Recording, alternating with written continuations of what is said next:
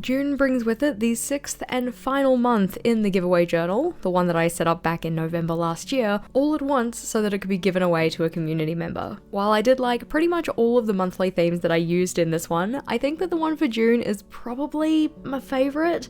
I don't know, I didn't really rank them per se, but anytime I need a pick-me-up or a refresh or a reset, this is the tape set that I tend to use. I don't know what it is about it because I'm not really even that big a fan of yellow, but this tape set always makes me feel fresh and excited and optimistic, and I thought that'd be a nice thing for the middle of the year. While my mind more so went towards that idea of like re-motivating ourselves at the mid-year point, especially because mid-year is kind of where all of our goals start to feel maybe a little stale. We're looking for a refresh moment and could use a pick-me-up. Given the fact that this journal actually ended up making its way to somewhere where June is kind of in summer, that's also fairly fitting for the color palette we're working with. As mentioned, I don't really consider myself to be the biggest fan of yellow. Like, yellow's a fine color, don't get me wrong, but there are certainly other colors I prefer. But anytime I feel like I need a clean slate in my journal, especially when it comes to feeling like burnt out or overwhelmed or just like creatively not there, going back to a simple black and yellow color palette really just seems to be my go-to. This one notably isn't just yellow and black. We also have some pops of green and some brown from the PET tape, but that also means you can add some complexity to the color palette to make it feel a little bit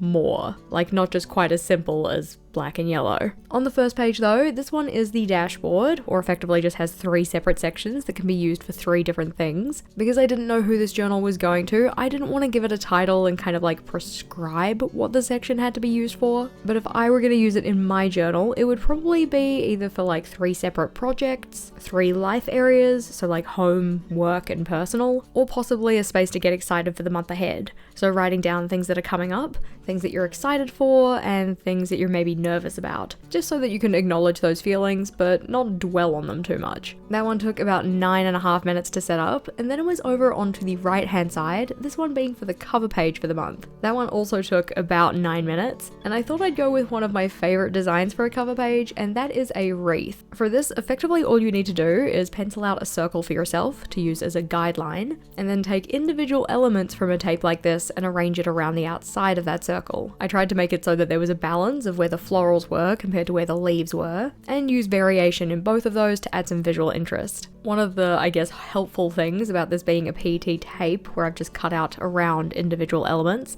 is that they all still have backing material, so they're not just stuck down to the page and then I have to like pull them up and reposition them. They're effectively like individual stickers that I can move around, get them in the right spot, and then peel the backing off and stick them down. Now, if you're going to do this for yourself, make sure that you erase the pencil before you try and stick the things down. There's nothing more frustrating than sticking a PET sticker over pencil lines, because you can still see the pencil lines, but you can't really get rid of them. Thankfully that wasn't an issue for me this time around, but it is something that I have accidentally done previously. And it's also good to note that you don't have to use the individual elements from the tape in their entirety. You can fussy cut around individual pieces, like maybe an individual leaf or an individual flower that was part of a bigger bouquet, and put those into your wreath instead of the full design. This can be really helpful when you're trying to create visual balance. For instance, for the piece of greenery that's on the kind of upper left-hand corner, that one didn't quite have enough leaves, it was looking a little sparse,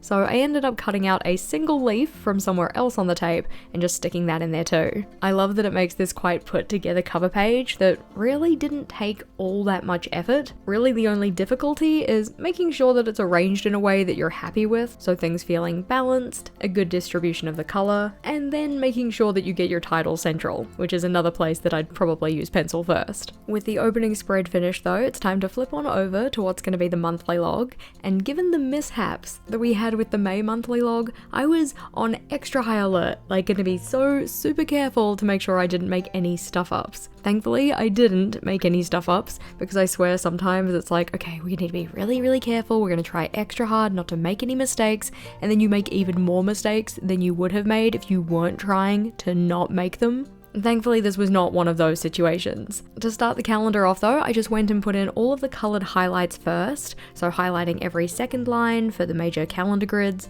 and also putting in a brighter yellow stripe for the header bars.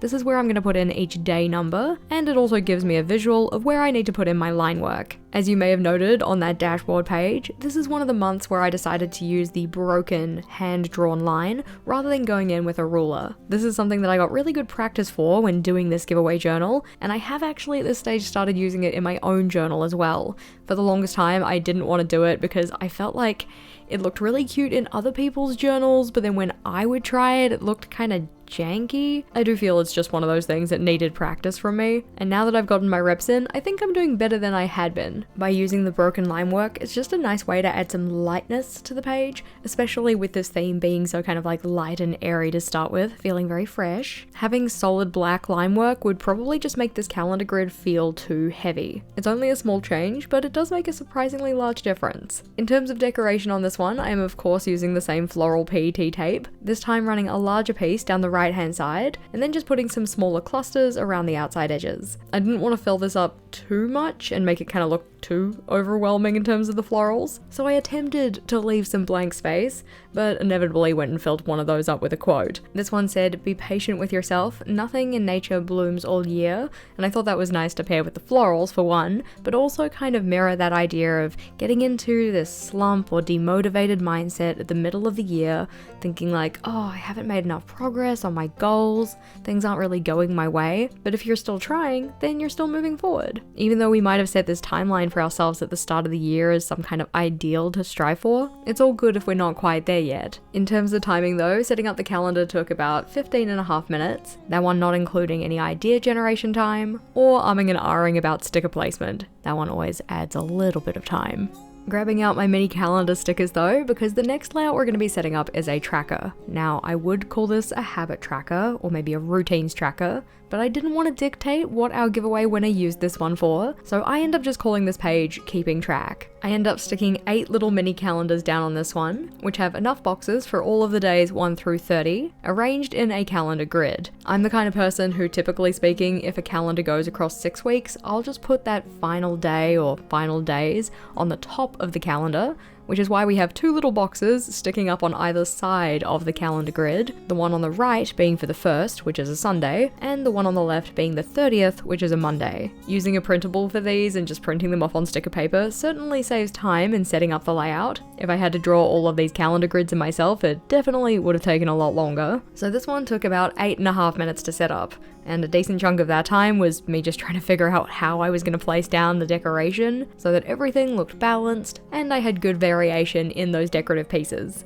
These individual flowers are always the ones that I find the most difficult to use when it comes to these PET tapes with all of the florals, mainly because I feel like when they're just sitting there by themselves on a page, they look a little bit weird, like they're kind of just floating awkwardly in space, whereas the bouquets, or the ones with kind of like multiple florals together with the leaves and all of that, or effectively the larger pieces, those ones I find way easier to work with. They kind of look like they've been intentionally brought together, probably because the artist did intentionally bring them together, and then I can just slap that down on the page and it's like an added extra larger piece of decoration which fills the space nicely. I typically have it so it like hangs off the edge of the page though, so it's just kind of peeking into the layout. I don't know, I just find those ones a lot easier to work with compared to these individual pieces, but I thought that sticking them into this layout in the way I have kind of looked like a botany book, maybe? So just having little specimens stuck into the notebook. On the right hand side though, this is for a 1 line a day space. As the title suggests, it effectively is structured to have 1 horizontal line per day, and I like to number those 1 through 30 so it's very clear which one is for which day. I mean, technically speaking, you don't have to put them in chronological order, but it makes sense to. Now, what that 1 line gets filled up with is completely up to the giveaway winner. If I were to have this layout in my journal, typically I'd usually use it for like gratitude or maybe a memory from the day, but more recently I've set one of these up in my monthly setup and I'm going to be using it for something that I've done that I can be proud of.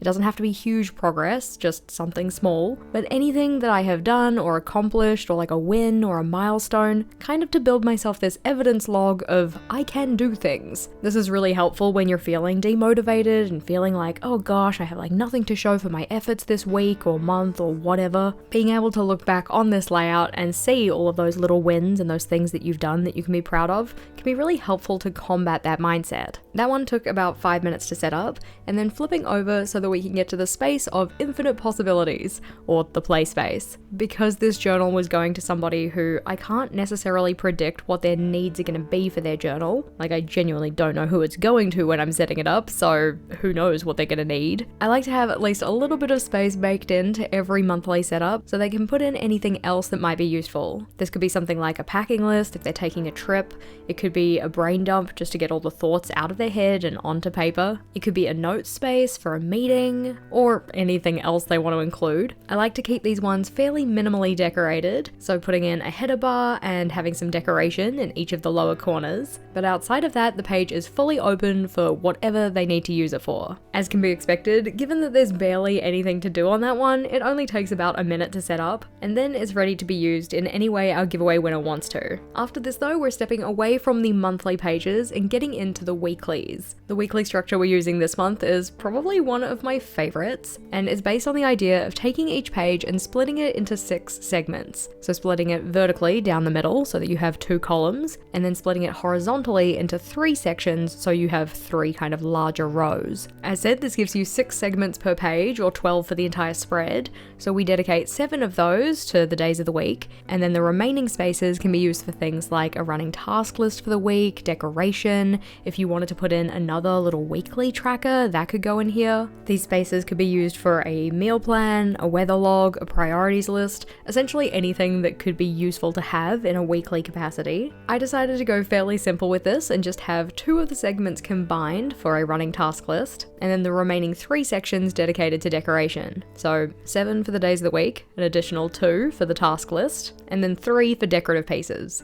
The specific arrangement of these though is what makes each of the layouts different from week to week. We still get a little bit of variation, which gives some novelty between each of the weeks, but the modules we're using are the same between them. This means that for the whole month, there's roughly the same amount of space for each day of the week, but then also the same amount of space for that running task list for each week. Essentially, it just gives our giveaway winner an opportunity to really test this layout out and see if it works well for them. I haven't used the same exact style of weekly between each of the months though, so I just kept them the same within each month. So all of the ones that we're doing here for June, they're all kind of similar to each other, like that 6 box per page kind of style, whereas the ones we had last month were different, and the ones we had the month prior were different again. In terms of timing, each of the layouts individually took between 6 and 7 minutes to set up, but when you're doing them all together at once, this can feel like a lot longer. Even though there are only 4 weeks to set up in June, that's still up to about 30 minutes spent setting up these weeks. That being said though, I'm totally fine with spending that time up front to set up these spaces,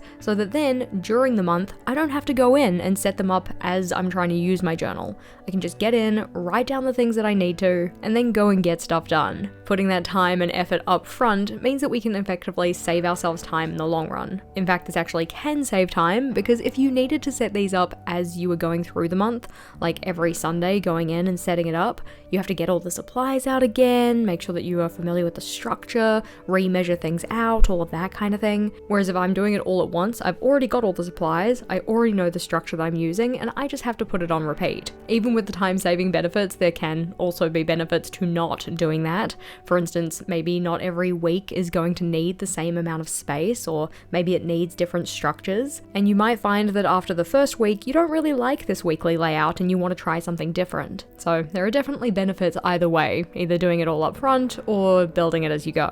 Weekly logs are not the only things that come after that initial monthly setup though. I also like to put in reflection spaces, because reflection can be so super powerful if used with intention. The issue is, a lot of people don't necessarily know how to reflect. To make it easy for our giveaway winner, I wanted to have some spaces that were pre-structured so that they knew the kind of things they could reflect on to help them make more progress on their goals and get themselves where they want to go. One of these reflection spaces is the mid-month check-in, which has 8 main sections, those being for things that the person has achieved, things that are incomplete, any challenges that they've faced, and any learnings that have come from any of those categories, things they want to take forward with them, things they want to leave behind, their priorities for the rest of the month, and anything that they want to do before July. I find that these different sections gives a pretty comprehensive reflection of how the month's been going, but if this was too overwhelming for you, if this feels like too much to fill in, you can of course just simplify it to what's working, what's not, what am I going to prioritize moving forward? Those general headers kind of encapsulate what this entire spread is for. So if we think about it in terms of what's working, this is where we can write down the stuff we've achieved, the stuff we've managed to complete, the tactics or strategies we've been trying to use for our goals that have actually proved to be helpful. If we think about what's not working, that's where we can say what hasn't been completed, what challenges have I faced, what difficulties have there been, or what kind of action steps have I been completely neglecting and just kind of ignoring. When it comes to the what are your priorities for the rest of the month, this is where you can recommit to strategies and tactics that will help you for your goal work. We can outline the specific actions that we want to try and focus on and get those done before the end of the month. And we can also write down any lessons that we've learned about ourselves as goal getters. As said though, I just like to break them up into the different sections because it helps me be a little bit more specific or targeted, but those simplified headers can work really well too. In terms of timing, the mid-month check-in took about 14 minutes to set up. And then of course, because that falls at the mid-month point, there are some weeklies that follow this that are also set up for June. And then we get to the spread that's going to be used for the end of month check-in, or the June in review space. This one took about 13 minutes, and some of the sections here are kind of similar, but other ones are a little bit different. The idea here is that we're having a more kind of summative look at what's happened in the month, and also thinking ahead to the next month and what we want to do then, but more so just really recapping the month that was. In terms of sections that are similar, we have a wins section instead of the achievements. We still have the challenges section. We still have a space to write down things that were learned, but the new ones are a spot for memories, so not so much related to goals, but just stuff that happened, a space to write down a highlight from the month, a space for needs, a space for things to try, and then an additional space that's just called this month.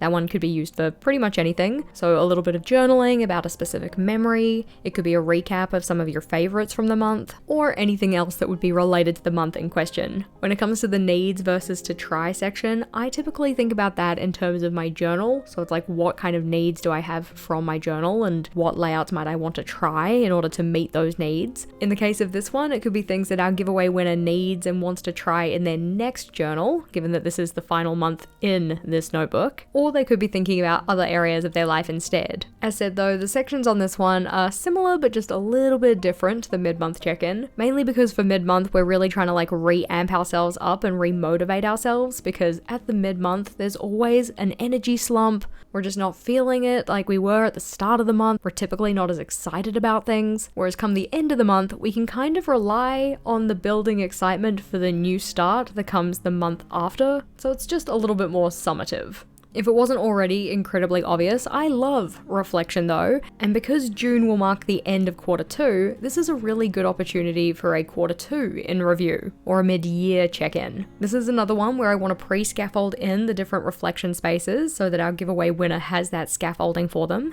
Just makes the reflection process a little bit easier. So I ended up including 9 different sections on this layout, the first one being a space to just write down what goals they worked on. This is a good opportunity to remind ourselves of those intentions that we set at the start of the quarter, the things that we said we were going to make progress on, because oftentimes if you don't check back in with them, you'll either not be able to notice when you're making progress, or you might forget about the goals entirely. Separate to goals though, there are usually other projects we're working on, so I wanted to include a space that could be used to honor the fact that those have been happening too. The next section though is probably going to feel a little bit familiar because we also included it in the mid-month and end of month check-in, and that's a spot to write down any milestones or wins from the quarter as a whole, especially if there have been certain goals that we might have like dropped the ball on in the current month. It's good to look back on the prior months and also recognize it's okay because I am still technically making progress, even if that progress is a little slow, or even if I feel like I've kind of stagnated at this point. That one effectively encourages you to cast your mind back or go back to those previous reflections and kind of just re-congratulate yourself on the fact that you are making progress. The next box is another another familiar one, that one being for challenges, especially because typically speaking, we face the same challenges repeatedly, and unless we're intentional about recognizing them and appreciating the fact that they're happening,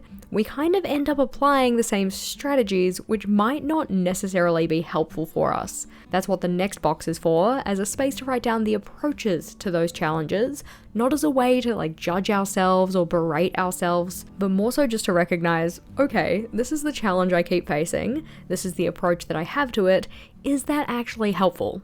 Is it taking me in the direction that I want to go? If we don't ask the question, we're not going to be able to get an answer and not be able to change our behavior accordingly. On the right hand side though, we have another 4 boxes here, with the top one being dedicated to tactics that worked. If we do find any approaches to challenges that did help us, they moved us in the right direction, they didn't hinder our progress, having a spot to note those things down so that we can use them again in the future can be quite useful, especially given most of us have a kind of negativity bias. We're a lot more likely to dwell on and remember negative things compared to things that were good and actually worked. Having a spot to recognize those things that did work for us, mainly so that we can build up our own goal-getting toolkit, can be useful for helping us make more progress. Underneath this though, the next box is being titled Thoughts and Musings, and this is kind of just a catch-all for anything else that comes up during the reflection process, anything else that they might want to note down about their goals, goal getting, the projects they've been working on. And then the 2 boxes underneath this are more so for looking towards the future, so we have one that's looking forward to and one that's nervous about. And sometimes those will be the same thing, so there's no harm in writing the same thing in both boxes. We can be looking forward to something that we're still nervous about. In terms of timing though, this one came in at a similar amount of time compared to the other reflection spaces, so about 13 minutes. This one isn't super decoration heavy, but of course I did decide to go with a different color scheme and decorative style, just because this one is a little bit outside of the monthly setup. It's more so reflecting on the whole of Q2 rather than just on June, so it felt appropriate to change it up a little bit. Flipping back though, so that we can flip through, as I said at the start, I just love this tape. I think it's so bright and fun, and it feels fresh and clean, like a new start, which I know that June is technically the end of the quarter, but maybe we're just kind of preparing for that mid-year fresh start. I think in terms of the weekly setups that I did in this journal, this one had my favorite weekly setups, and I definitely hope that our giveaway winner liked it too. If you were curious to see what the other setups in this journal looked like, so what other weekly styles we used, what other monthly themes we went with, and also how the start of journal setup was put together, then all of those videos can be found in the playlist that we have on screen here. If you are looking for another 2.5 hours of bullet journal setup goodness, then that is a good one to check out. So click or tap on that one and I'll see you over there.